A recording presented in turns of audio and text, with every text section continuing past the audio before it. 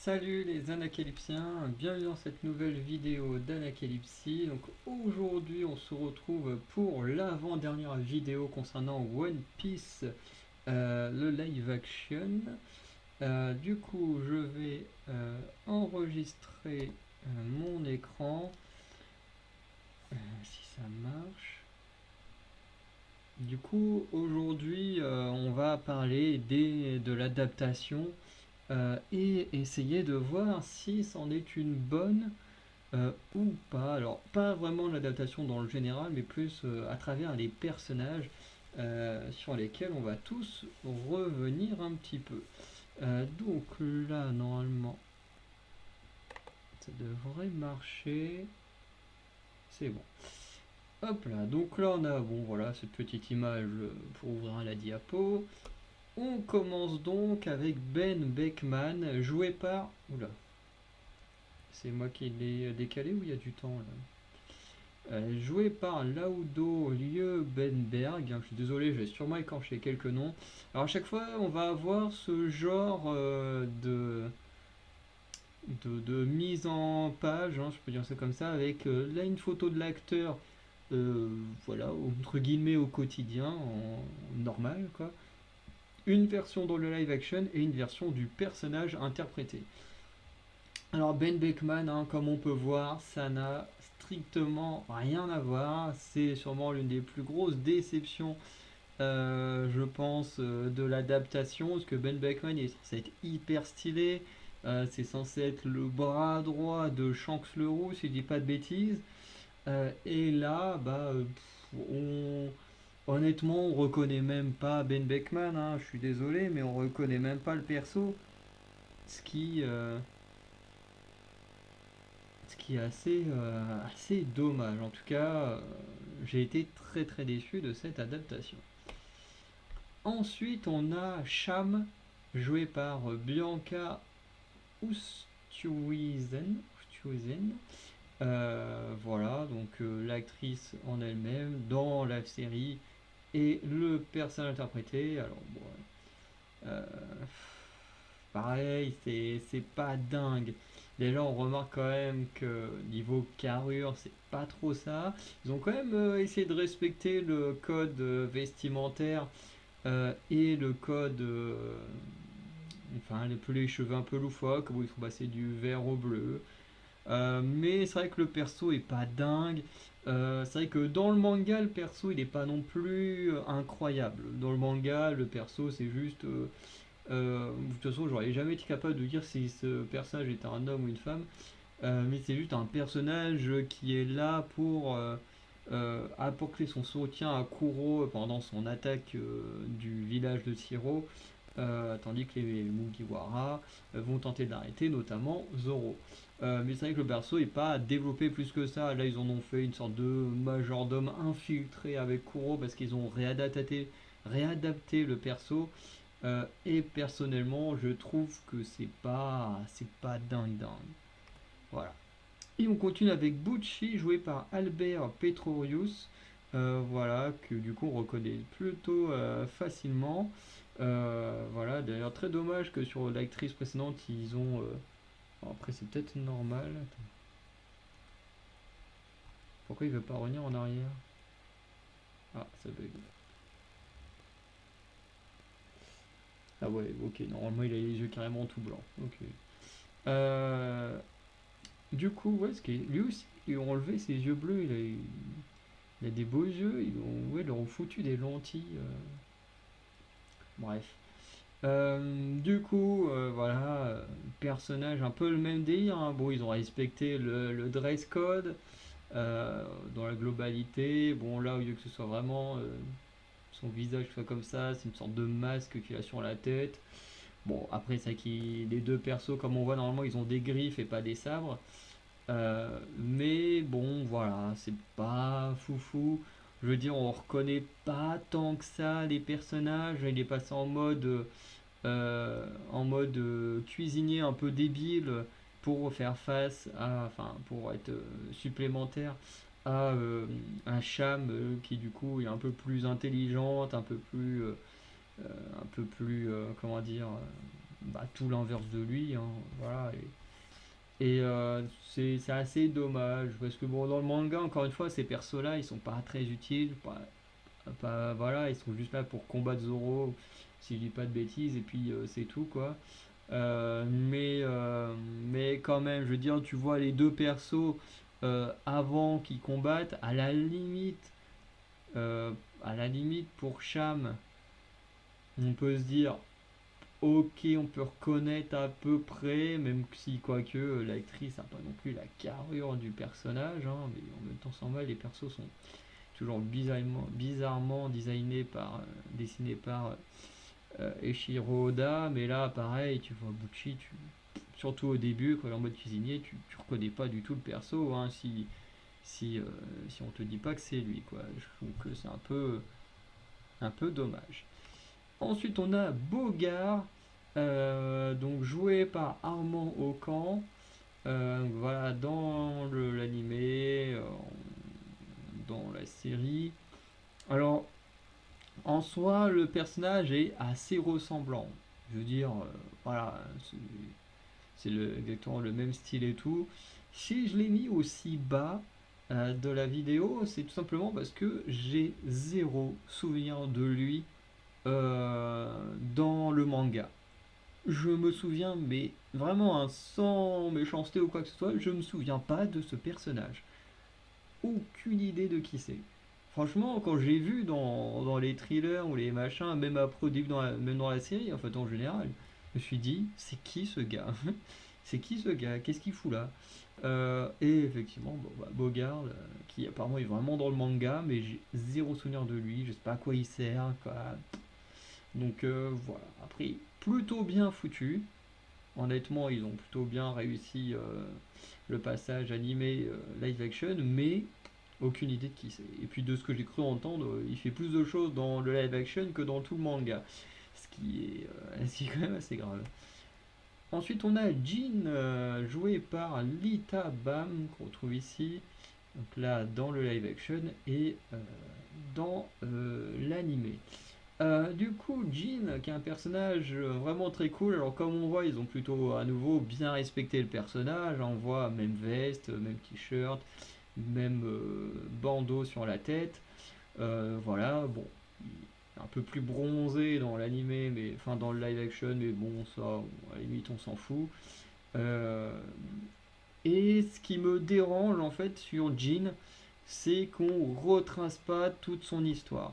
C'est-à-dire que dans le live action, il arrive, enfin, il demande à manger, on lui donne à manger, il a quand même une petite utilité en racontant la destruction de l'armada de Don Krieg et en expliquant que voilà, Grand Line c'est hyper dangereux, un homme tout seul a réussi à détruire une dizaine, cinquantaine de vaisseaux, bref.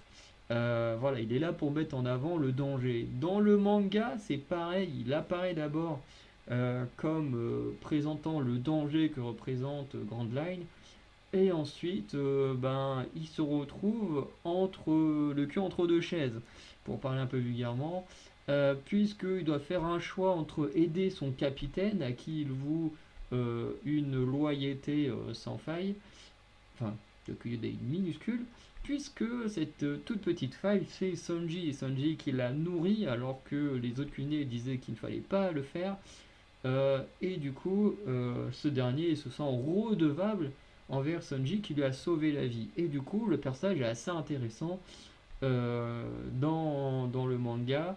Je ne dirai pas plus pour ceux qui ont juste découvert le live action qui ne connaissent pas le manga. Si vous n'avez pas commencé à lire ou regarder l'animé, faites-le et vous découvrirez un peu plus ce que je veux dire sur les choses intéressantes qui tournent autour de Jin que bah du coup on n'a pas du tout euh, dans le live action. Dans le live action il est juste là pour dire Grand Line c'est dangereux et puis c'est tout. Surtout qu'après on a Mihawk qui est là pour confirmer les propos de Jin et puis bon aussi parce que dans le live action il est là. Ensuite, on a Patty, donc Patty jouée par Rashad Mayweather. Donc on a l'acteur là et là également.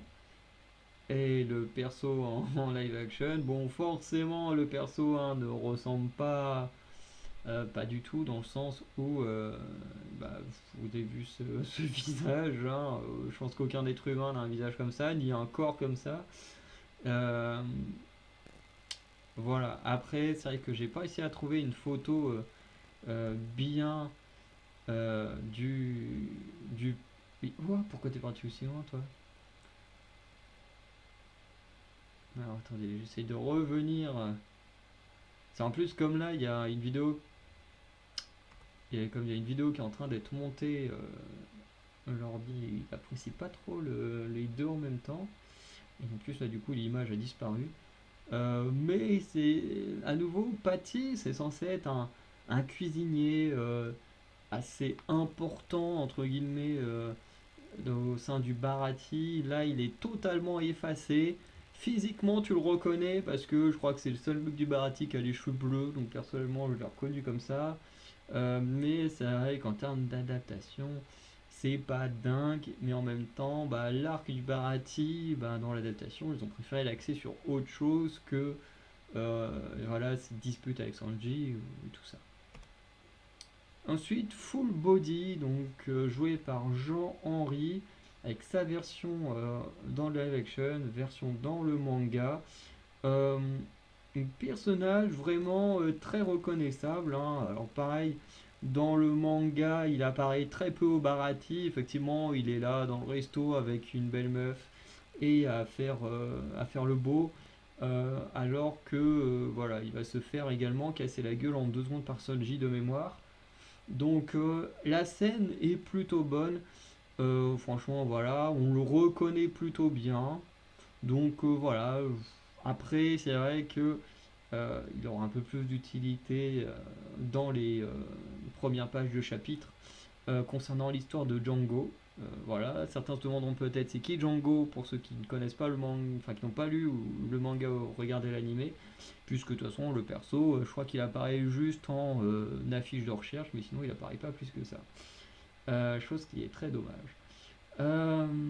Du coup voilà, perso plutôt bien adapté, même si bon, on verra par la suite ce qu'ils en feront de Full Body. Voilà.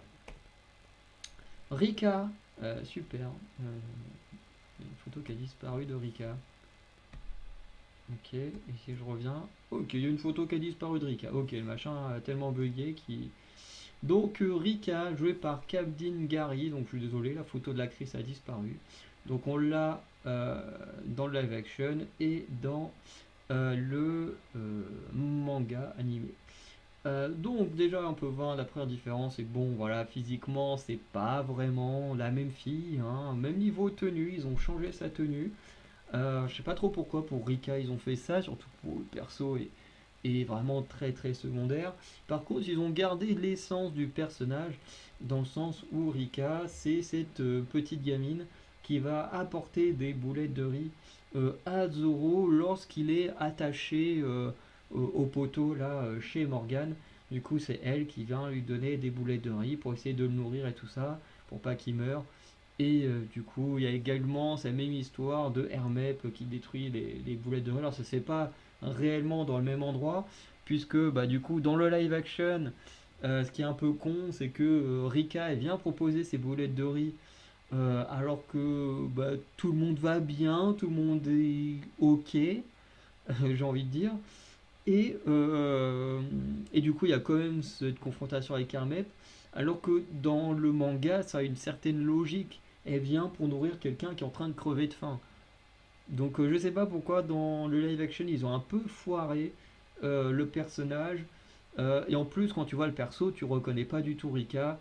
Je veux dire, tu comprends que c'est elle quand elle apparaît avec ses boulettes de riz, sinon tu la vois sans les boulettes de riz, ça peut être n'importe quel personnage random de l'univers One Piece. Donc ça c'est un peu dommage.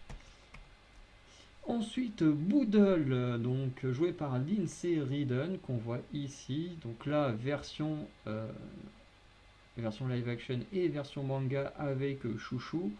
Voilà, alors Chouchou, j'ai pas mis dans la vidéo, hein, parce que c'est juste un chien. Enfin, son histoire est hyper intéressante dans le manga.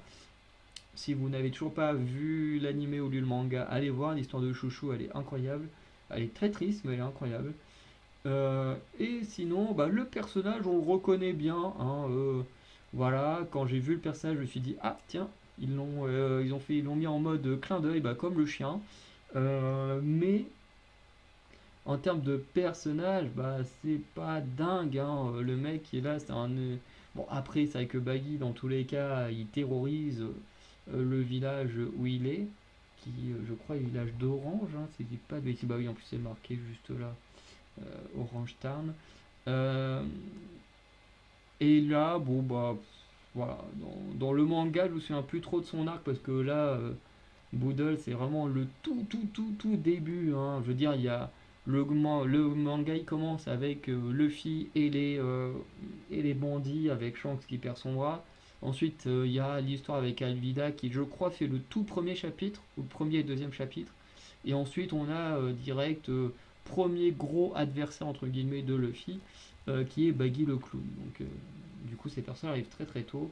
Donc j'en ai assez peu de souvenirs, mais en tout cas le perso est beaucoup plus intéressant, beaucoup plus développé dans le manga. Ça c'est une certitude comparé au live action où il est juste là en mode clin d'œil.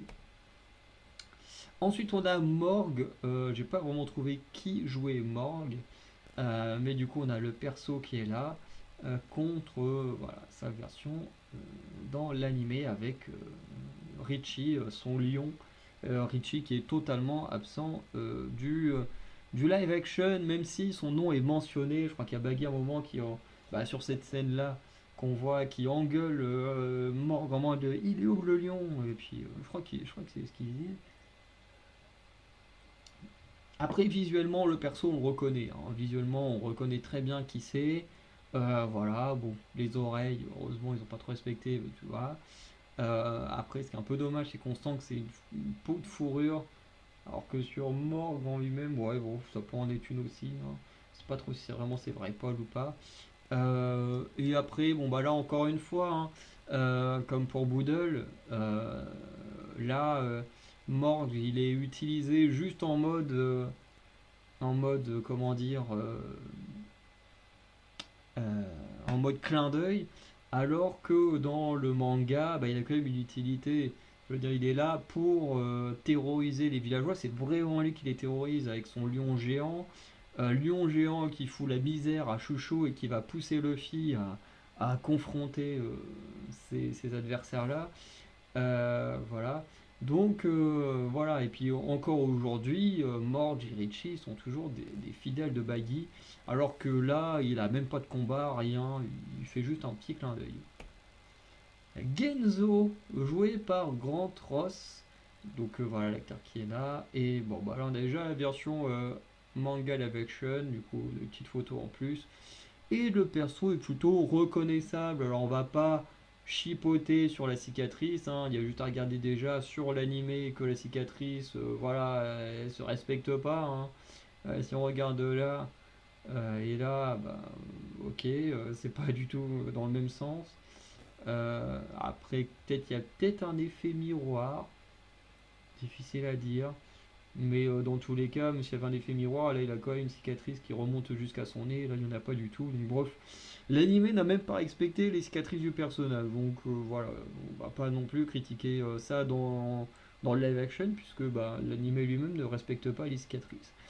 Mais on reconnaît le perso, encore une fois, personnage utilisé surtout en mode clin d'œil. Alors certes, il a pris dans le petit flashback pour montrer à Nami qu'il ne faut pas voler. Ensuite, il apparaît en mode, voilà, quand Nami vient récupérer le tribut, et en mode, oui, on va affronter les hommes poissons, et puis c'est tout. Alors que dans le manga, de mémoire, il apparaît un peu plus longtemps. Après, son développement n'est pas aussi intéressant, hein, l'accent à Kokoyashi, tout ça, et surtout mis sur la relation entre Nami belle-mère, Nami Nojiko, ou Noriko, je sais pas comment on prononce ce J. Mais voilà, Genzo, en tout cas, on reconnaît assez bien le personnage, et voilà, c'est plutôt cool, mais voilà, en termes de développement de personnage, par exemple, bah, y a rien à dire parce qu'il n'y en a pas, quoi. Ensuite, Belle-Mère, jouée par Jenna ou Gena Galloway, l'actrice au milieu, et les deux versions. Alors en soi, l'actrice on la reconnaît, ils ont repris à peu près la même coupe de cheveux, la même chemise, tout ça. Donc on reconnaît bien le perso, on a pu voir en tant que membre de la marine, ensuite bah, voilà, comme techniquement euh, elle meurt avant le présent, elle meurt en flashback. Donc c'est pas un spoil parce que c'est bien dans le live action, donc si vous l'avez vu techniquement, enfin si vous regardez cette vidéo, techniquement si vous avez vu le live action, hein, il y a juste sur deux persos que je vais prévenir d'un spoil parce que c'est des persos qui ne sont pas dans l'anime, enfin dans le live action, pardon, qui sont pas dans le live action et qui du coup, bah là pour ceux qui ne connaissent pas le manga animé, forcément, vous ferez attention. Purée, j'ai des ok. Vous ferez attention. Bon, en tout cas, le perso, il reprend à peu près ce qu'il est dans le manga. Donc voilà, montre à quel point le passé de Nami est horrible. Donc en soi, le perso il fait le taf, on le reconnaît bien. Comme dans le manga, il n'y a pas vraiment de développement de personnage, voilà, c'est surtout pour développer Nami, au contraire. Mais voilà, en tout cas, j'ai trouvé que le personnage on le reconnaissait plutôt bien, donc ça c'est cool. Nojiko, joué par Shioma Antoinette Umeala. Bon, on va pas critiquer hein, le changement de couleur de peau du personnage, hein. Personnellement, j'en ai rien à foutre. En tout cas, ils ont repris ce qui faisait l'identité du personnage, hein, soit ses tatouages et bah, du coup ses cheveux bleus, puisque je crois qu'il n'y a pas tant de persos que ça qui ont des cheveux bleus, hein, à part Nojiko, il n'y a que Baggy. Voilà, parce que s'il y en a qui se poseraient des questions, c'est bien ses cheveux qui sortent de son chapeau. Euh, mais voilà. C'est vrai que ouais, en y pensant comme ça, il n'y a pas beaucoup de persos aux cheveux bleus. Du coup, on se souvient assez facilement. S'il y a Vivi, oh là là, je suis en train de dire un des persos les plus remarquables, enfin, dont on se souvient le plus grâce à une scène particulière du manga. Surtout certains, enfin beaucoup de fans aimeraient que Vivi devienne un membre officiel de l'équipage, chose qui n'arrivera tout certainement jamais, donc arrêtez de rêver. Parce que ça n'aurait aucun sens, surtout avec le niveau d'équipage aujourd'hui, avoir une Vivi qui sait pas se battre ou quoi que ce soit, enfin, qui n'a pas le même niveau de combat, hein, son niveau de combat il est assez limité, ça n'aurait pas de sens qu'elle rejoigne l'équipage. Bref. En tout cas, le personnage, bon, physiquement, ils ont un peu changé, mais on le reconnaît quand même grâce au tatouage, grâce aux cheveux bleus. Et après, le personnage en lui-même, j'ai plus trop de souvenirs de Nojiko dans le manga ou l'animé. C'est pas un perso qui m'a marqué plus que ça.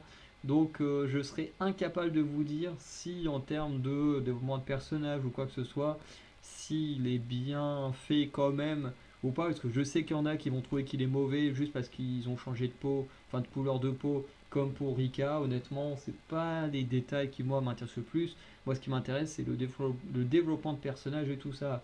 Là, il y a quand même le côté où c'est bel et bien la sœur adoptive entre guillemets de Nami. Les deux ont été recueillis et élevés ensemble. Les deux se considèrent comme des sœurs. Forcément, il y a la luminosité du fait que Nami travaille pour les hommes poissons, machin.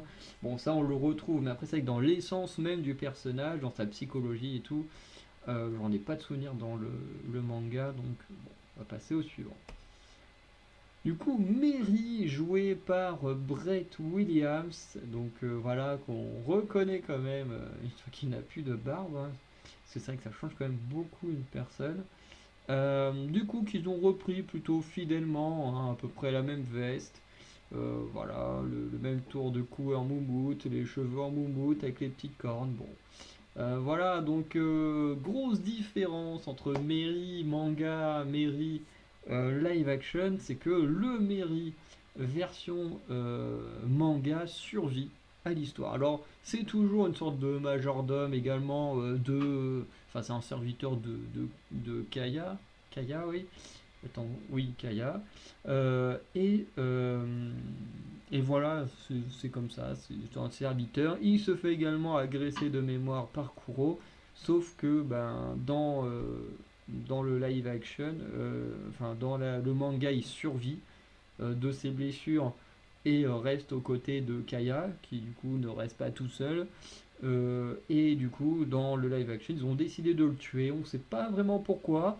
Bon, après, il sert pas non plus à grand chose, puisque ben, c'est le genre de personnage comme Kaya qu'on revoit vraiment épisodiquement lorsque genre il y a des nouvelles primes ou des choses comme ça, et puis qu'on voit un peu comment l'entourage des Mugiwara apprennent la nouvelle.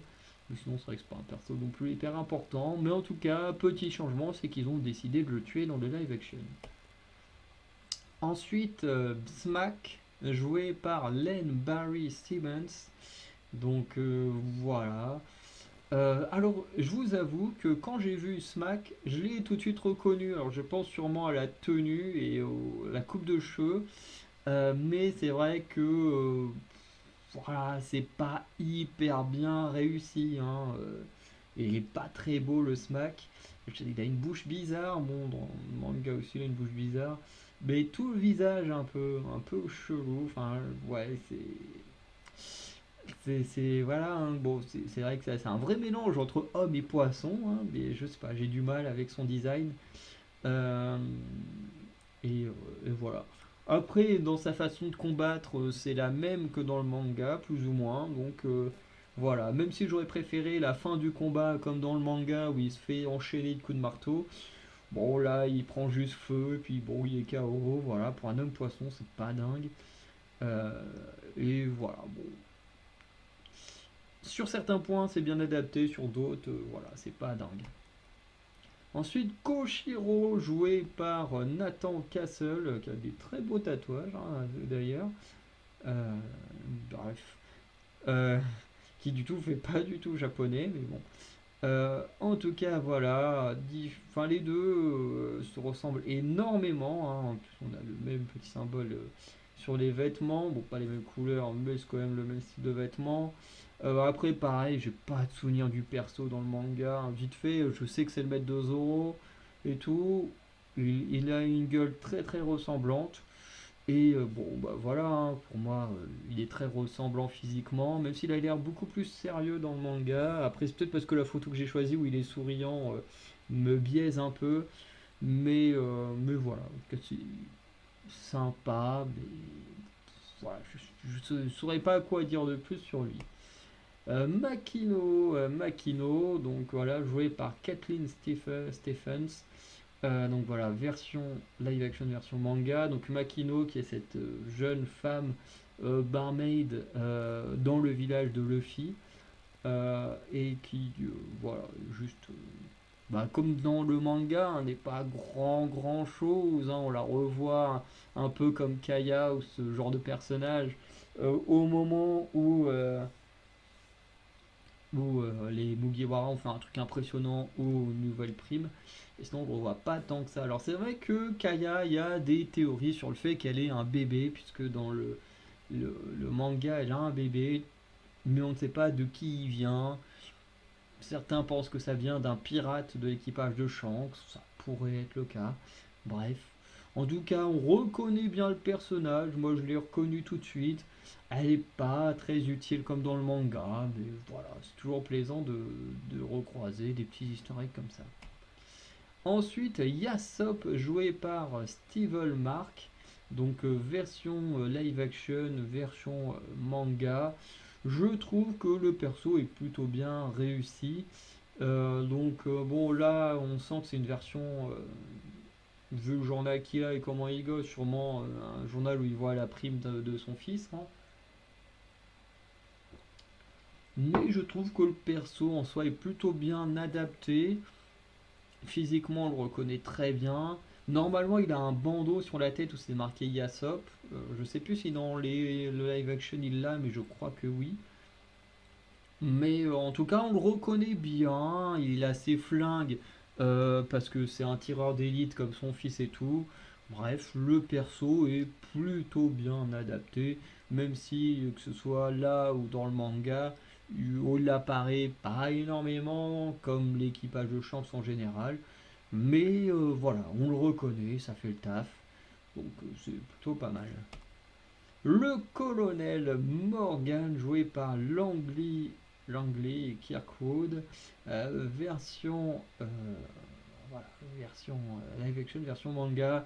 Alors j'avoue que j'ai fini par m'habituer au personnage, même s'il y a des choses qui me dérangeaient un petit peu. Déjà, ses cheveux plaqués là, ça me faisait très bizarre. Alors que voilà, on voit bien que ses cheveux ils sont pas plaqués, ils sont normaux, un peu comme il a là, hein. Voilà, et sa mâchoire, où ici on sent que c'est juste un truc mis autour de sa mâchoire, un peu comme pour maintenir sa mâchoire, alors que dans le manga de mémoire, c'est réellement une mâchoire en fer. Bon, comme la hache, voilà, forcément c'est un peu différent, ce qui est assez normal. Du coup, le personnage est pas hyper bien adapté. Alors, physiquement et tout, on reconnaît le perso parce que bah, il a quand même ce truc au niveau de la mâchoire et sa hache à la main qui fait qu'on reconnaît tout de suite. Mais le truc, c'est en termes de personnage, et ben, dans le manga, c'est vraiment un personnage tyrannique dont tout le monde a peur, que ce soit sur l'île, n'importe où. Hermès, puis l'on joue même en mode ah, mon père, c'est machin, si vous faites quelque chose, je vais l'appeler. Et du coup, il s'amuse à faire peur à tout le monde avec ça. Et le problème, c'est que dans le live action, à zéro moment, il est méchant. C'est quand même censé être un méchant. Ah oui, du coup, Colonel Morgan, qui est juste avant le passage avec Baggy, donc, qui est entre Alvida et Baggy dans le manga. J'avais oublié. Mais du coup, dans le live action, il est pas méchant du tout. Le mec, il fait même son travail, hein. Il arrête Zoro et il le condamne entre guillemets à mort parce que ce dernier a frappé un membre de la marine, ce qui est du coup plutôt normal. Donc tu te dis à quel moment ça fait de lui un méchant d'arrêter quelqu'un qui commet une agression envers la marine. Ensuite, il affronte Luffy et Nami parce qu'ils sont en train de voler dans ses affaires. Encore une fois, il n'est pas méchant. Il voit des pirates qui le volent, bah il les combat. Donc c'est un peu mal foutu sur ces points-là, sur lesquels, bah, en fait, à aucun moment il est méchant. C'est juste un colonel qui fait son travail. Certes, qui a l'air un peu narcissique quand on voit son bureau, mais à aucun moment il est méchant comme dans le manga, et ça c'est bien dommage. Don Krieg, joué par Milton Shore. Voilà, donc on voit vite fait l'image est pas top. En même temps, ça a été très dur de trouver une bonne image, enfin au moins une image où on voit Don Krieg et la version manga. Donc Don Krieg pour moi gros raté du manga parce que Don Krieg il est hyper intéressant. Déjà de un, il permet vraiment de montrer la puissance de Grand Line. Bon, on le voit dans le manga parce qu'il se fait vraiment poutrer par Mihawk, chose qui dans le manga est juste racontée mais on le voit pas. Jusqu'à ce que Mihawk il arrive et coupe son vaisseau en deux devant tout le monde.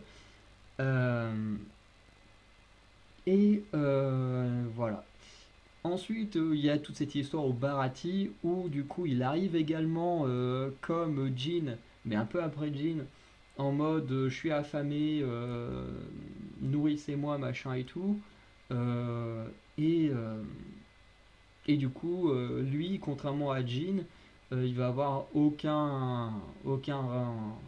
comment dire, aucune pitié pour eux, hein. Tout de suite, il va vouloir prendre, bah, faire de la piraterie, hein. Il a plus de vaisseau, bah, il veut prendre contrôle du Bharati, et ce qui va le pousser à affronter Luffy. Et ce qui est hyper intéressant, c'est que bah, Don Krieg, il n'a pas de pouvoir. Comme on le voit, là, il a sa lance un peu bizarre. Là, il a des armes à feu et tout.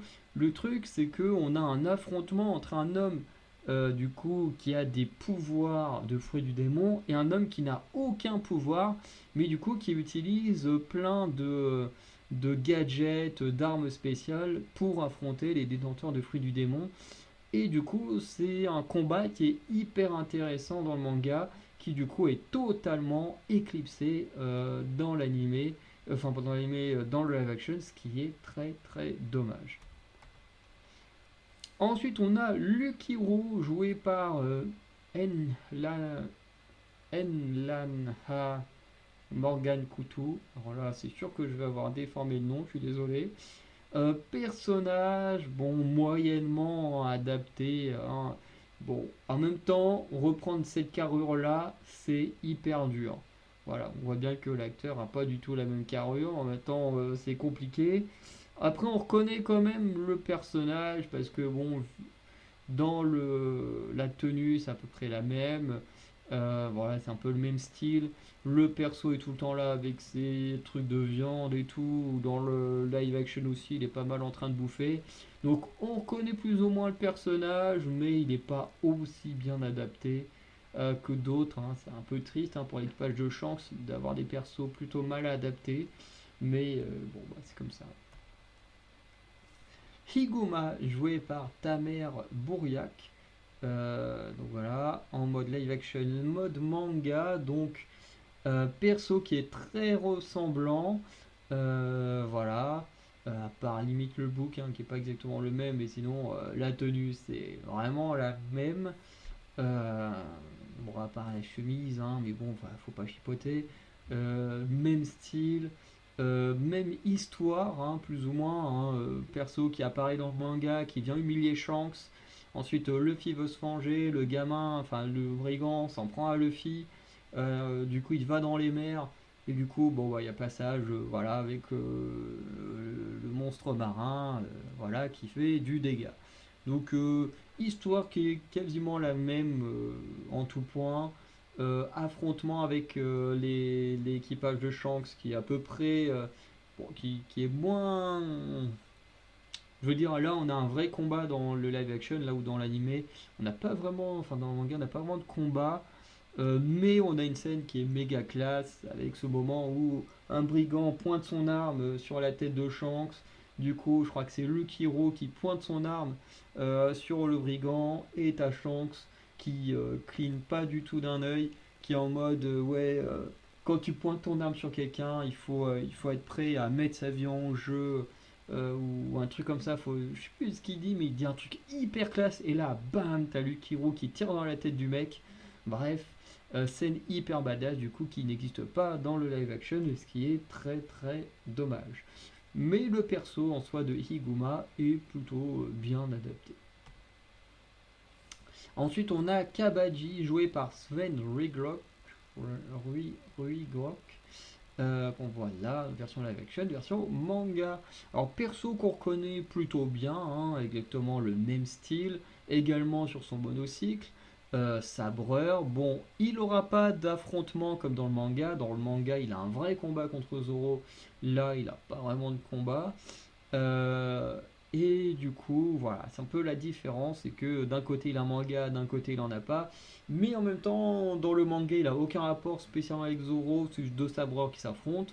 Là où dans le live action, ils ont essayé de créer un lien avec Kabaji qui veut se venger de la mort de son frère, machin.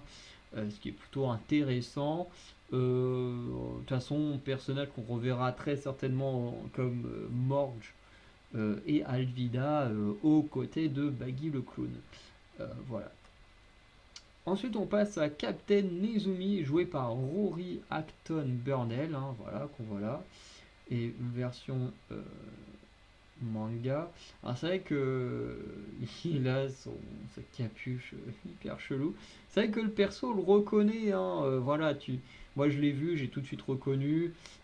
Il a ce côté un peu sournois et tout, qu'il a également dans le manga, hein, parce que là c'est exactement le même personnage, qu'il soit dans le live action ou dans le manga, globalement ces apparitions, c'est pour faire exactement la même chose, soit négocier avec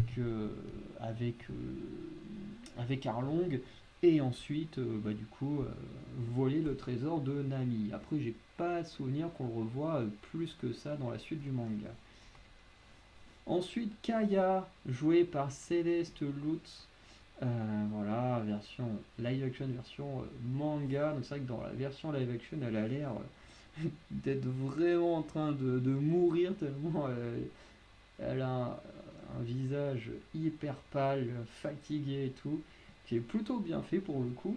Euh, Après, le personnage, voilà, pareil, Kaya, c'est un perso dont j'en avais rien à faire quand on le voyait, donc je sais pas trop vraiment comme. Enfin, je me souviens plus trop comment elle était dans le manga. Dans l'animé, enfin, pas dans l'animé, dans le live action, on la reconnaît quand même. Voilà, parce que de toute façon, on est dans un manoir où c'est la seule femme, donc voilà, après, bon, mince. Oh, putain, il est chiant, faire ça. Mais du coup, effectivement, on reconnaît quand même visuellement, c'est à peu près plutôt ressemblant. Donc voilà.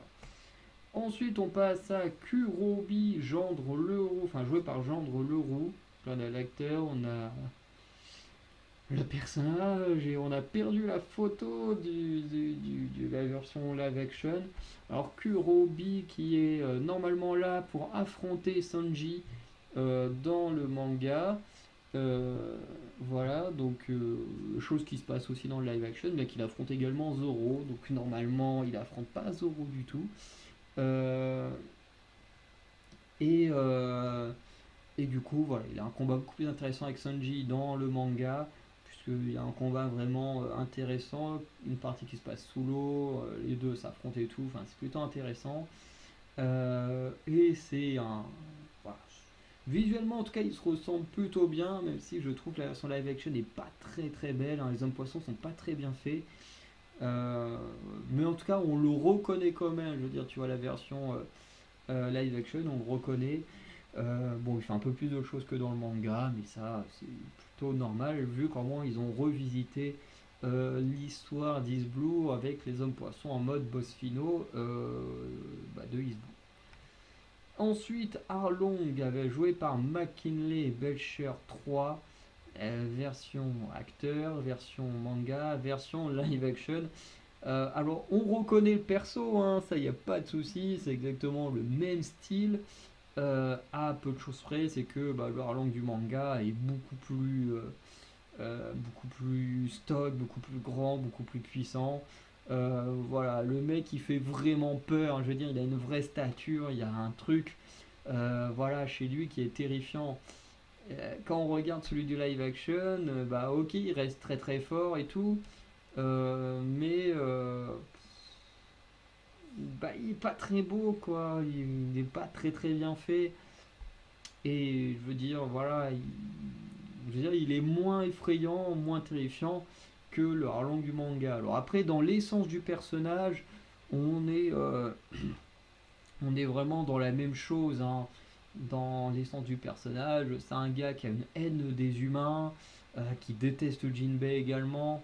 Voilà. On a également ce côté où voilà, il va trahir Nami pour éviter qu'elle puisse prendre son envol et tout ça. Enfin bref, le personnage dans l'idée est plutôt bien adapté. C'est juste que visuellement, les hommes poissons c'est quand même assez dur. Et du coup, là, il n'est pas hyper bien fait, je trouve.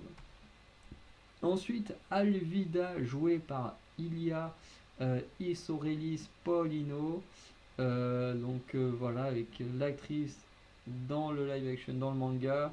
Bon, on voit qu'ils ont pas mal changé sa tenue. Voilà, bon après il se bat toujours avec une massue. Celle du live action est quand même moins impressionnante que celle du manga physiquement. Encore une fois, c'est difficile de reprendre les proportions des personnages du live action. Euh, donc voilà. Dans l'idée, le personnage est plutôt bien adapté, hein. C'est une femme tyrannique qui s'imagine être la plus belle de toutes les mères. Alors ça, ils l'ont pas trop mis en avant dans le live action de mémoire. Et du coup, qui va se faire poutrer assez facilement par Luffy.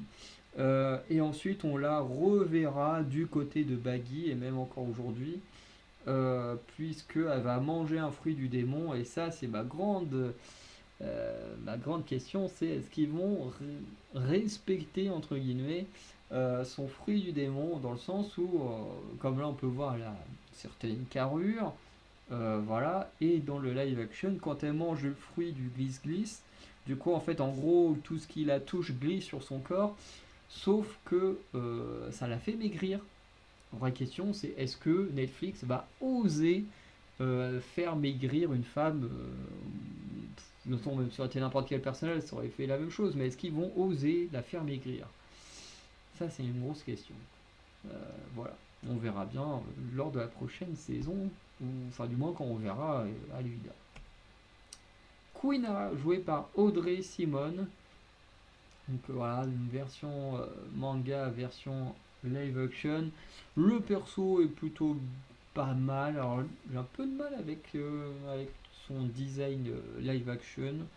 Mais en soi, on reconnaît le personnage. Les combats en plus sont hyper stylés. Franchement, le perso est quand même très bien foutu. Après, il est surtout là pour mettre en place le background de Zoro et la présence d'un de ses sabres. Mais après, pareil, j'ai pas plus de souvenirs de ça de Quina. Donc voilà, on peut passer au suivant. Ensuite, Jacob Romero Gibson, qu'on voit ici interprétant Usopp. Voilà, live action manga. Donc on retrouve bel et bien de toute façon son arme. On reconnaît pas mal le design du personnage, bien qu'il n'ait pas le long nez de Usopp. Voilà. Après, le personnage en lui-même, il est bien adapté sur certains points, sur le fait qu'il est là à raconter plein d'histoires loufoques et tout ça, à beaucoup se mettre en avant, à se prendre pour un capitaine alors qu'il n'est que un membre d'équipage. Il y a ce côté où il est un peu froussard, même si on le ressent beaucoup moins que dans le manga. Dans le manga, c'est vraiment un vrai froussard, bien qu'il ait des moments assez badass.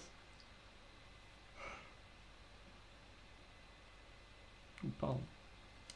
Mais dans le live action, on le sent un peu moins froussard, même s'il est quand même assez froussard. Euh, et pour moi, ce qui pose problème, c'est surtout la façon dont il rentre dans l'équipage. Là où dans le live action, il rentre dans le manga, enfin dans le manga, il rentre dans l'équipage un peu en mode what the fuck, hein, c'est en mode allez on va survécu ensemble, donc tu fais partie de l'équipage en sachant que Zoro, enfin Luffy et Usopp se sont quasiment jamais croisés dans les deux épisodes. Alors certes ils se rencontrent au début, mais ils ne vivent pas l'aventure ensemble. Donc déjà, ça pose problème par rapport au manga. Au manga, ils vivent vraiment l'aventure ensemble. Et il y a vraiment ce côté où, dans le manga, il y a les trois petits bonhommes qui font partie de l'équipage Usopp, qui se dit capitaine Usopp, avec les trois petits bambins, qui eux le vénèrent, le voient vraiment comme un capitaine génial grâce à ses histoires, qui boit ses paroles. Euh, et du coup, ça rend le personnage plus intéressant, puisqu'il se prend pour un pirate, mais qui n'ose pas aller dans les mers par peur. Et du coup, en vivant son aventure avec Luffy, bah, il va vouloir en vivre un peu plus et partir en mer avec Luffy, découvrant ce que c'est réellement être un pirate, entre guillemets. Là, dans le live action, il a zéro raison de rejoindre l'équipage, puisqu'il a quasiment vécu aucune aventure avec les Mugiwara. Puisque la plupart de son temps, bah, il était tout seul ou avec Kaya. Après, il a un petit peu survécu avec Nami, mais globalement, l'aventure, il l'a pas fait avec ses futurs compagnons, contrairement au manga. Et ça, c'est très très dommage. Après, sur le reste, ça passe. Le reste, ça passe plutôt reconnaissable. Gold Roger, joué par Michael Dorman. Donc version, alors j'ai essayé de prendre à peu près la même scène, hein, version manga, version live action. Bon, le perso est très reconnaissable, la tenue est plutôt proche, hein, voilà. Euh, Après, il n'y a pas grand chose à dire. Nous qui lisons le manga ou avons vu l'animé, forcément, on en connaît beaucoup plus sur Rogers par la suite. Je trouve que physiquement, il ressemble plutôt pas mal. Mais c'est vrai que si vous connaissiez pas avant et que vous débutez à lire le manga ou l'animé, bah de Rogers, vous aurez que cette petite scène de début de manga où il lance l'ère de la piraterie. Donc voilà, j'ai essayé de me baser sur à peu près les mêmes détails et pas chercher trop loin non plus. Ensuite, Garp. Monkey D. Garp, joué par Vincent Regan. Voilà, version manga, version live action. Et j'avoue que Garp est une grosse déception. Alors déjà, il apparaît trop tôt. Et Garp, c'est censé être le héros de la marine. Voilà, c'est censé être le grand-père de Luffy. Un grand-père effectivement un peu dur, mais pas méchant. Voilà. Que là, Garp, c'est vraiment un méchant dans le live action. Parce que quand vous regardez cet agissement, il ne fait aucun agissement de héros. Le mec, il arrive chez le colonel Morgan, chez le Stone, il arrête le colonel Morgan. Alors que le colonel Morgan n'a fait aucun faux pas. Le mec, il a stoppé un mec qui a attaqué ses hommes.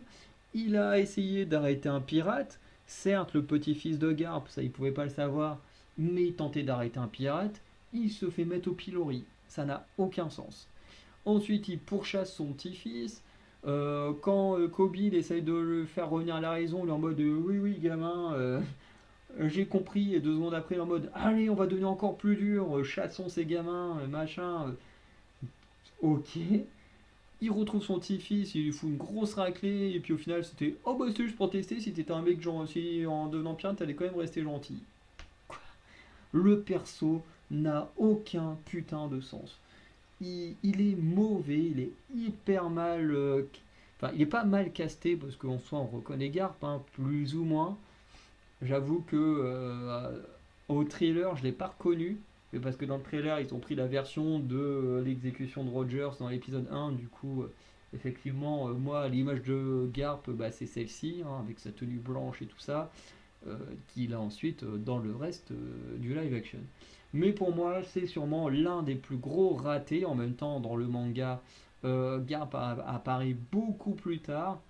Euh, et du coup, bah, ce qui fait que là, ils l'ont beaucoup réadapté. Alors, enfin, c'est pas qu'il apparaît, enfin, il apparaît beaucoup plus tard dans l'histoire principale. C'est vrai que dans les chapitres, première page du chapitre, effectivement, il apparaît un peu plus tôt pour montrer l'évolution de Kobe et Hermep. Mais là, c'est un peu. C'est globalement raté, quoi. Ils ont pas. Je crois qu'ils n'ont pas compris l'essence du personnage. Ensuite, le Captain Kuro, joué par Alexander Magnatis, version live, version manga. Les deux sont plutôt cool, hein. Voilà, bon, la tenue est pas non plus la mieux respectée, mais en soi, on reconnaît très très bien le perso, hein. Même si, je sais pas pourquoi, mais avec Kuro, j'ai toujours eu un effet bizarre sur son visage. Je sais pas. Après, c'est vrai que quand on voit, on sent que je sais pas s'il y a eu du maquillage ou un truc comme ça, mais ça se sent. Il y a un truc bizarre sur son visage.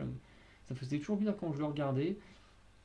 Et après, bon, le personnage à peu près le même, sinon que dans le manga, c'est le mec voilà qui a laissé quelqu'un se faire capturer à sa place pour faire un plan comme ça pour voler la richesse de Kaya.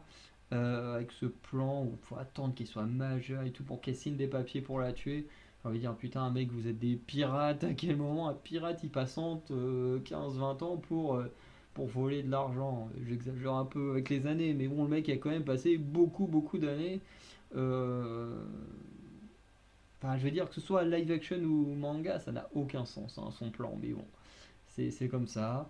Les gros puristes de One Piece diront non, Shiroda il fait jamais d'erreur. Bah, moi je dis que si ce perso est une grosse erreur dans le monde de la piraterie. Que ce soit un bandit, oui, un pirate, il n'a pas des agissements vraiment de pirate, quoi. Après, son histoire est très respectée par rapport au manga, hein, c'est vraiment la même chose, hein. Le mec essaye de se débarrasser de Kaya. Il se retrouve confronté au Mugiwara et à Usopp. Il se prend une raclée par Luffy, en plus de la même manière avec cette technique d'allonger le cou. Après, je trouve que dans le manga, c'est quand même mieux, parce que comme je le disais dans les reviews, dans le manga, ils ont un combat en extérieur, ce qui fait qu'il peut beaucoup mieux gérer ses techniques qu'en intérieur, où bah, voilà, il a l'air de se téléporter, mais c'est pas aussi cool que dans le manga. Mais dans la globalité, il est bien adapté. Mihawk, joué par Stephen John Ward, version live, version manga. Bon, Dans l'idée, le perso est plutôt bien respecté, on le reconnaît très bien, en même temps c'est un personnage assez atypique. Un peu de mal avec ses lentilles, qui montrent un peu trop, enfin on voit un peu trop que c'est des lentilles, mais bon, en même temps c'est difficile de lui faire ses yeux qu'il a à la base. Après, la tenue est plus ou moins bien respectée, son arme plutôt bien respectée, même si son arme est même encore un peu plus grande que ça dans le manga. Mais voilà, du peu qu'on en a vu, c'est plutôt pas mal. Dans le manga, on sait quand dans des scènes éclipsées, on sait qu'il a plus une raclée à l'armada de Don Krieg, là on le voit vite fait. Il découpe un bateau en deux, il le fait dans le manga. Il vient foutre une grosse raclée à Zoro, il le fait également là. Bon, après, le mec qui fait une raclée à Zoro, il s'en va. Là, ils ont rajouté une petite scène en mode il est chez Garp, et voilà, il est en mode ah, normalement j'ai pas envie de faire la mission, machin. Mais voilà, le perso dans l'idée est plutôt bien adapté. Dans le manga, c'est aussi lui qui apporte la prime de Luffy à Shanks. Donc globalement, il est plutôt bien adapté. Voilà, il est très ressemblant, même si je trouve que celui du manga a quand même un peu plus de charisme, et que bah, également, je pense que c'est aussi fait du combat. Le combat dans le live action, il est pas top, faut le dire, hein. Le combat entre Zoro et Mihawk est plutôt décevant dans le live action, là où dans le manga, le combat est beaucoup mieux. Ensuite, Zeph au pied roux, joué par Craig Fairbrass. Donc on voit là, manga live action. Les deux, bah déjà on connaît très bien le perso, hein, ils l'ont vraiment refait quasiment à l'identique. Et après, le personnage dans l'idée, c'est à peu près le même. Le flashback qu'il y a avec Sanji, c'est vraiment la même chose. Et en plus, sa version pirate est très bien réussie également. En mode patron du Barati, c'est à peu près la même chose, hein. Voilà, un chef plutôt sévère et tout, que ce soit avec Luffy, que ce soit avec Sanji et tout. Voilà, il est plus ou moins pareil. Bon, il n'y a pas la scène avec Garp, elle n'existe pas dans le manga. Mais voilà, le personnage on le reconnaît plutôt bien adapté, hein, que ce soit physiquement ou à travers ce qu'il fait dans le manga. Même si je trouve ses adieux avec Sanji un peu mieux dans le manga, le perso est plutôt bien foutu. Monkey D. Luffy, joué par Inaki Godoy. Voilà, version live, version manga.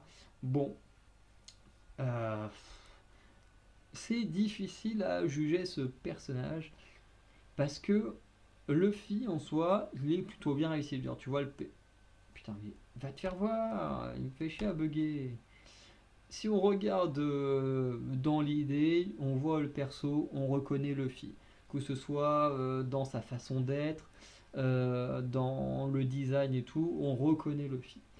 Le problème que j'ai avec l'acteur, c'est qu'en fait, en reprenant le côté, vraiment le côté débile de Luffy, du manga, bah en fait, le perso, enfin l'acteur, il en devient un peu green, cringe. Vraiment, il y a des moments, je suis en mode, ouf, putain, ça marche pas du tout en live action, c'est horrible en fait. Je suis gêné parfois de regarder le One Piece live action. Et à chaque fois, c'est à cause de Luffy. Il y a des moments, il me gêne. Parce que dans un manga, que t'aies des persos débiles et tout, un peu what the fuck, ça marche parce que c'est un manga. C'est un animé, ça marche. En live action, ça marche beaucoup moins bien. Et notamment là, ça marche beaucoup moins bien. Par moments où il y a des moments où ça marche très bien, et il y a des moments où honnêtement ça marche pas du tout. Et le mec il me gêne plus qu'autre chose. Bref. Mais dans l'idée c'est très bien adapté. Je sais pas si je suis le seul à avoir des gênes par moment, mais en tout cas voilà. Ensuite Hermep, joué par Aidan Scott. Donc voilà, version manga, version live action, l'acteur très bien réussi, hein. On a la première version, alors dans le manga on le découvre directement comme ça. Dans le live action, c'était plutôt marrant qu'il nous explique comment il en est venu à avoir cette coupe de cheveux.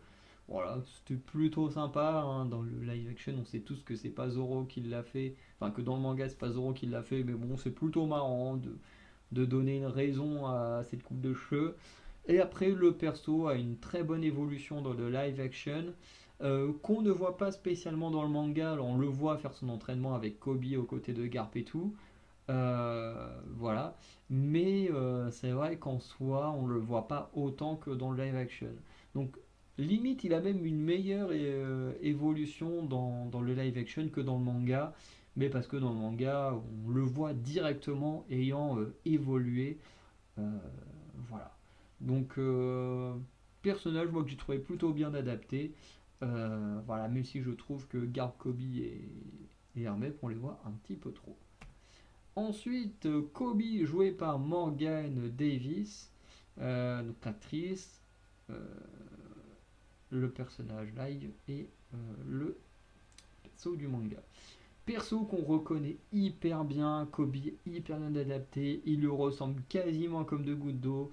C'est incroyable, le cast, il est génial. Euh, le perso est hyper intéressant. Pareil, en fait, c'est un peu la même chose que Hermep, j'ai envie de dire, dans le sens où c'est deux persos qui évoluent, mais un peu en manière ellipsée, ou sur les premières pages de chapitre, où on les voit suivre leur entraînement aux côtés de Garp. Mais c'est vrai qu'on ne le voit pas directement. Là où ici, les deux ont vraiment une évolution de personnage qui débute directement dans le live action, ce qui est plutôt intéressant par rapport au manga où c'est quelque chose qui n'arrive pas spécialement. On les voit directement ayant évolué quand ils reviennent dans l'histoire présente. Shanks le Roux, joué par Peter Gadio. Donc on a l'acteur, le perso et live action. Perso plutôt bien adapté, honnêtement, hein. On reconnaît très bien le perso, notamment grâce à ses cicatrices et ses cheveux roux. Euh, Honnêtement, je l'ai trouvé très bien. Voilà, on reconnaît très bien le perso, et on reconnaît plutôt bien l'essence du personnage. Même si encore, comme j'en parlais par rapport à Iguma, il a des scènes beaucoup plus intéressantes dans le manga qui ont été éclipsées. Mais je le trouve déjà bien tel qu'il est. On reconnaît très bien Shanks, que ce soit sur le personnage ou sur le visuel. Donc Shanks, plutôt bien réussi. Baggy le clown, joué par Jeff Ward, version live et version manga. Ah oui, du coup, ils ont bien fait les cheveux qui dépassent. Parce que ça, c'est bel et bien ses cheveux. Bref, donc, perso plutôt bien adapté. Même si, malheureusement, dans le live action, ils lui ont donné un aspect plutôt horrifique. C'est vrai qu'il ressemble plus à un perso de film d'horreur que, que d'un perso du manga. Parce que dans le manga, c'est un peu le même style au début, voilà, un mec qui tyrannise un village, qui du coup affronte Luffy, Zoro et Nami, qui est vaincu et machin.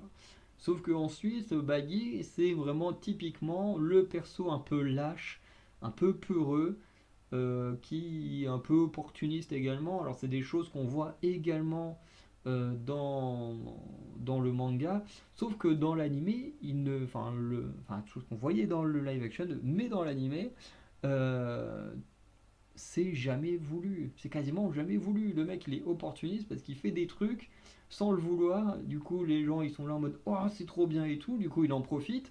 Mais en réalité, en fait, il fait que manipuler les gens parce que c'est un gros peureux et qui finit même très très loin dans le manga. Franchement, si vous ne connaissez pas, allez voir l'histoire de Baggy, c'est fou où il en est arrivé aujourd'hui. Alors que le mec, tout est des jeux de circonstances. C'est un personnage qui a vraiment des ressorts comiques très drôles. Là où dans le live action, ils ont fait un personnage assez horrifique au début, bon, qui comprend qu'il ne fait pas le poids face à un homme poisson, donc il va avoir un côté un peu plus délétère et tout.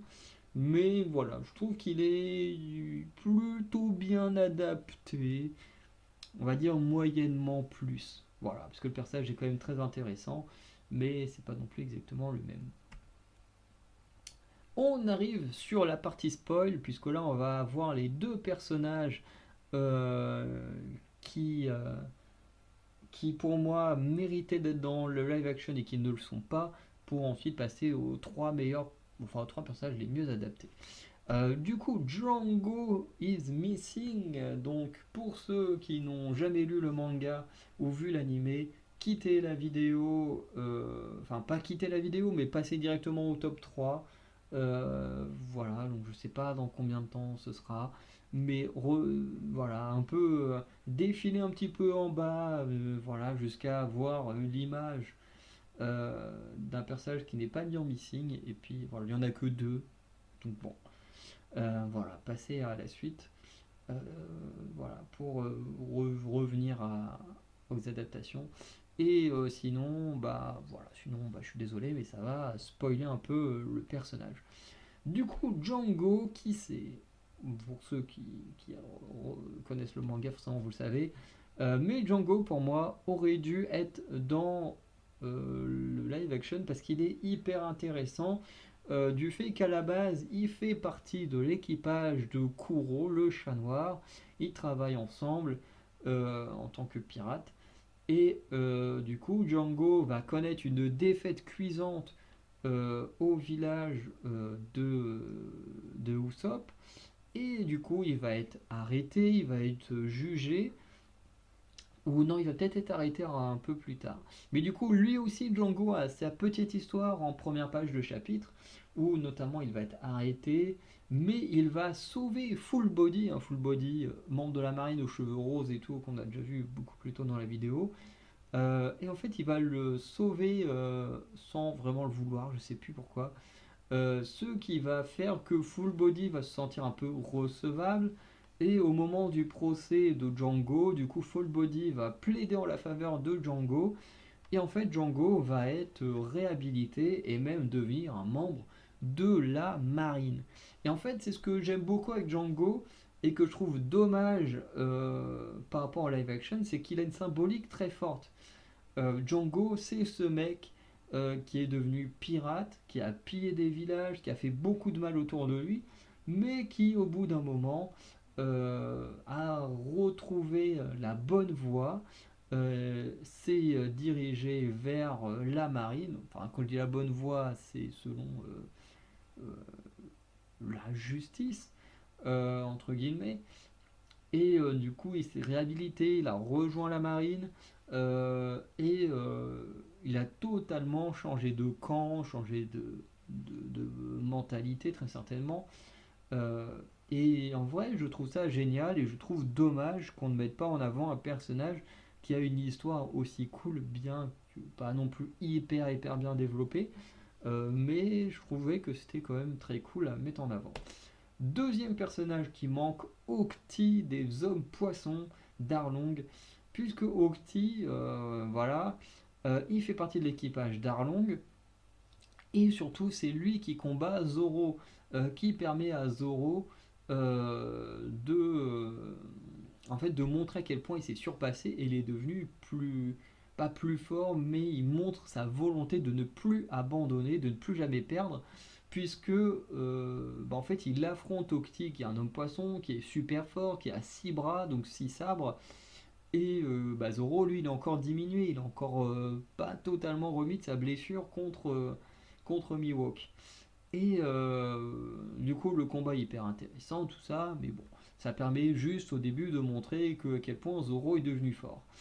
Et ensuite, on avance dans le manga, on arrive aux îles Sabaody, et là, il se passe une scène incroyable qui est due à la présence d'Octi, puisque c'est le moment où, du coup, Luffy et d'autres personnages se retrouvent dans un lieu où on vend des esclaves, tout simplement.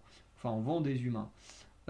Et notamment, Octi va, je sais plus trop ce qu'il va faire, Du coup, il y a un dragon céleste, donc l'autorité suprême de One Piece, enfin, fait partie de l'autorité suprême de One Piece, qui va du coup tirer une balle sur Octi, je sais plus pour quelle raison, mais du moins qui va tirer sur Octi, ce qui va totalement énerver Luffy, parce que Luffy, entre deux, il a pu pardonner à Octi, surtout Nami, qui a pu pardonner à Octi, Octi qui est devenu marchand, hein, avec une sirène, voilà, enfin une femme poisson, afin de se réhabiliter des crimes qu'il a commis. Euh, et, euh, et du coup, c'est cette balle qui va prendre par un dragon céleste qui va mettre Luffy en colère, qui va mettre une droite, qui est un des moments les plus mémorables du manga, où il va mettre une droite à un dragon céleste. Voilà, bon, qui va faire ramener un amiral et tout, ça va être le gros bordel.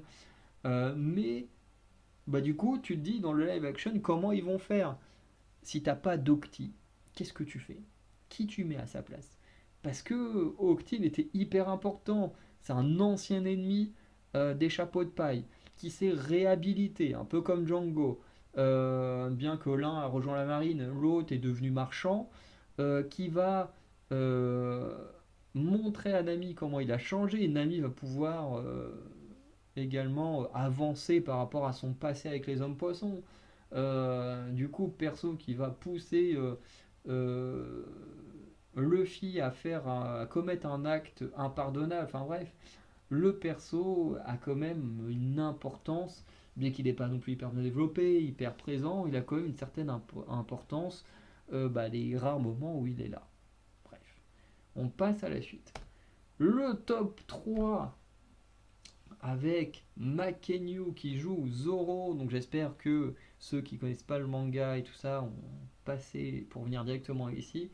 Qui joue Roronoa Zoro, version voilà manga, enfin, oui manga live action, l'acteur donc pendant qui jouait Saint Seiya, enfin dans Saint Seiya.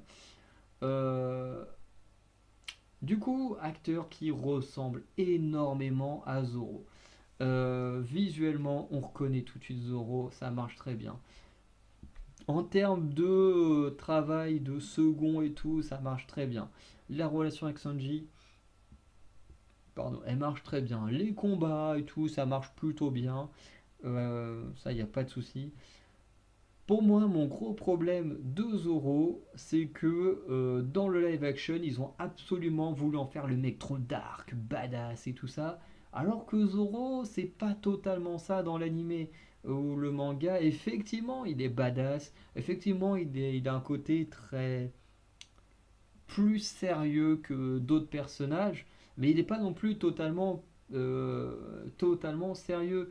Il y a un mème qui me fait marrer où en gros ils reprennent ce visage de Zoro et c'est marqué Zoro en mode colère, Zoro en mode triste, Zoro en mode joyeux, Zoro en mode machin. Et t'as plein d'émotions avec Zoro qui fait tout le temps cette tête là. Et c'est vrai que dans le live action, il a quasiment aucune expression. Enfin, il a toujours la même et ça change quasiment jamais. Là où dans le manga, c'est différent.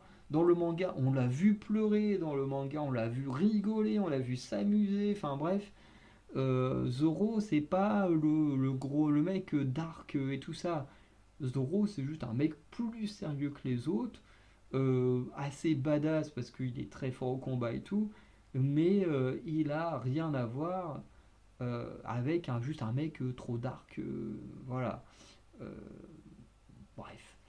Zoro est quand même plutôt très bien adapté, mais c'est vrai que sur cet aspect-là du sérieux, bah, ils n'ont pas très bien capté qui était vraiment Zoro là-dessus.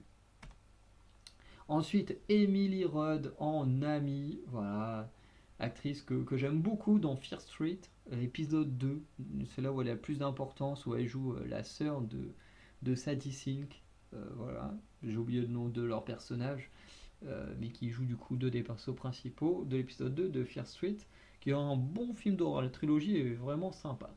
Mais du coup, Nami, voilà, le perso est plutôt bien adapté. Alors, ils l'ont un peu revisité. Il y a quelques petits détails qui me dérangent, notamment deux.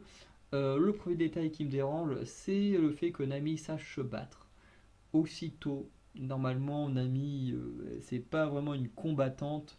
à ce moment-là du manga. Elle apprend à se battre petit à petit. Je crois que son premier vrai combat en un contre un, elle l'a à Alabasta. Donc ce qui sera très certainement la saison 2. Donc c'est quand même assez tard, hein, entre guillemets, au vu du moment où elle apparaît, puisqu'elle apparaît quasiment dès le début.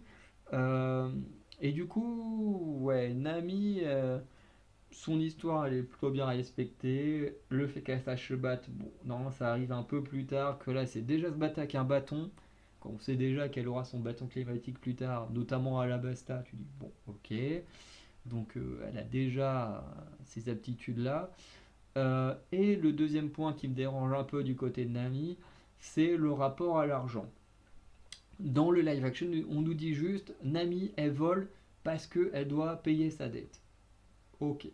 On nous montre quand même que Nami, déjà enfant, avant l'histoire de la dette, elle était déjà une charpadeuse, une chapardeuse, chapardeuse, puisqu'elle a volé ce bouquin, cette bibliothèque, donc on se doute qu'elle a pu voler plein d'autres choses. Mais je trouve qu'on n'appuie pas assez là-dessus. Nami, c'est une putain de voleuse, elle aime le fric, et c'est tout. Donc, je veux dire, dès qu'elle voit du fric, elle est contente, elle est heureuse. Et je trouve que c'est pas assez montré dans le manga. On a voulu nous montrer que, effectivement, elle vole pour payer sa dette. On nous met dans le petit flashback qu'elle a déjà ses attitudes de voleuse, qu'elle a quand même ce petit côté où elle aime bien voler. Mais je trouve que c'est pas assez bien appuyé à mon goût. Voilà, on aurait dû plus le montrer.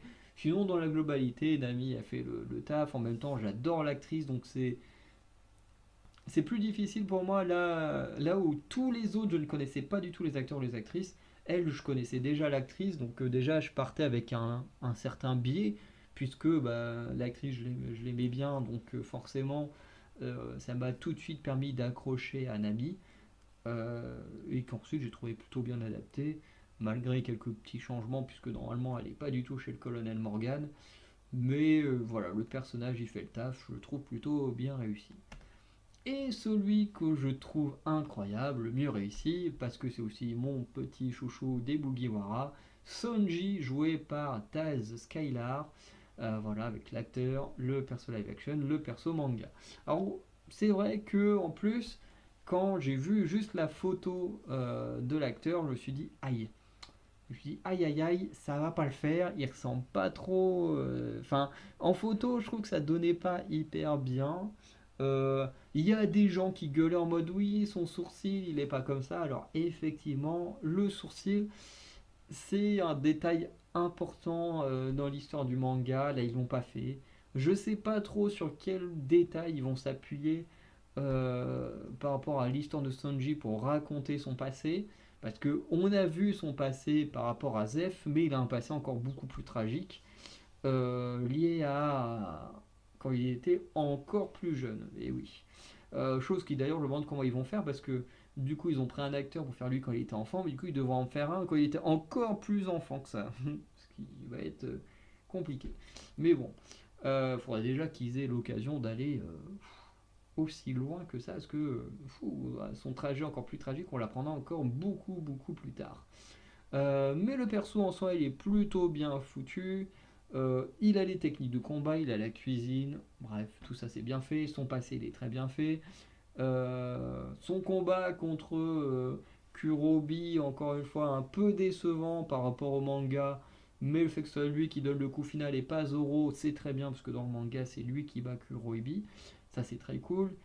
Le fait qu'il passe pour un débile comme les autres, c'est plutôt cool parce que, bah, effectivement, Sanji, il est pas. Certes, il est ultra puissant. Il a quand même un côté où il est très très malin. Mais c'est son côté un peu coureur de jupon qui le rend un peu con. Mais pas con dans le sens méchant, mais dans le con un peu drôle. Et notamment, quand on a dit qu'on adapterait Sanji, il y a ce côté comment est-ce qu'on va adapter un dragueur un peu lourd comme Sanji. Et en vrai, c'est super bien réussi. Il a ce petit côté charmeur, mais il n'a pas ce côté charmeur lourd qu'il peut y avoir dans le manga. Là, il a vraiment un côté charmeur, vraiment cool, qui passe plutôt bien. Et je trouve que du coup, Sanji est très très bien réussi. Euh, D'ailleurs, dans le manga, Sanji, c'est même pas juste un dragueur, c'est un mec qui est juste en kiff sur toutes les filles qu'il voit et qui est juste un canard. Hein. Bon, le mec est en couple avec aucune fille, mais ça reste un canard. Le mec il sera en couple, ce serait un putain de canard. Le mec il fait ce que toutes les meufs lui disent. Hein. On lui dirait va laver mes chiottes, il irait laver ses chiottes. Hein. Le mec, voilà, il y a une jolie nana, il fait absolument tout ce qu'elle veut. Et, euh, et voilà, du coup c'est quand même assez différent qu'un Nicky Larson par exemple. Mais voilà, j'aime beaucoup le Sanji du manga, j'aime beaucoup le Sanji de l'anime, enfin du live action, même si, bon, encore une fois, les adieux SF, je trouve qu'ils sont mieux dans le manga, mais ça marche plutôt bien. Bon, forcément, sa relation avec Jean, enfin par rapport à Jean, est un peu ratée parce que bah, Krieg n'arrive jamais, ça c'est un peu dommage. Mais sinon, sur tout le reste, Sanji est plutôt très bien réussi. Donc voilà, on en a fini pour cette vidéo qui est très longue parce qu'il y a quand même beaucoup de personnages à parler, à mentionner et voilà. Donc on va arrêter là. N'hésitez pas à me dire ce que vous en avez pensé, quels personnages vous trouvez les mieux adaptés, si vous trouvez les moins bien adaptés, sur quels détails vous basez également. Et sinon, bah voilà, on se dit à très bientôt pour de nouvelles vidéos. Allez, ciao les Anacalypsiens.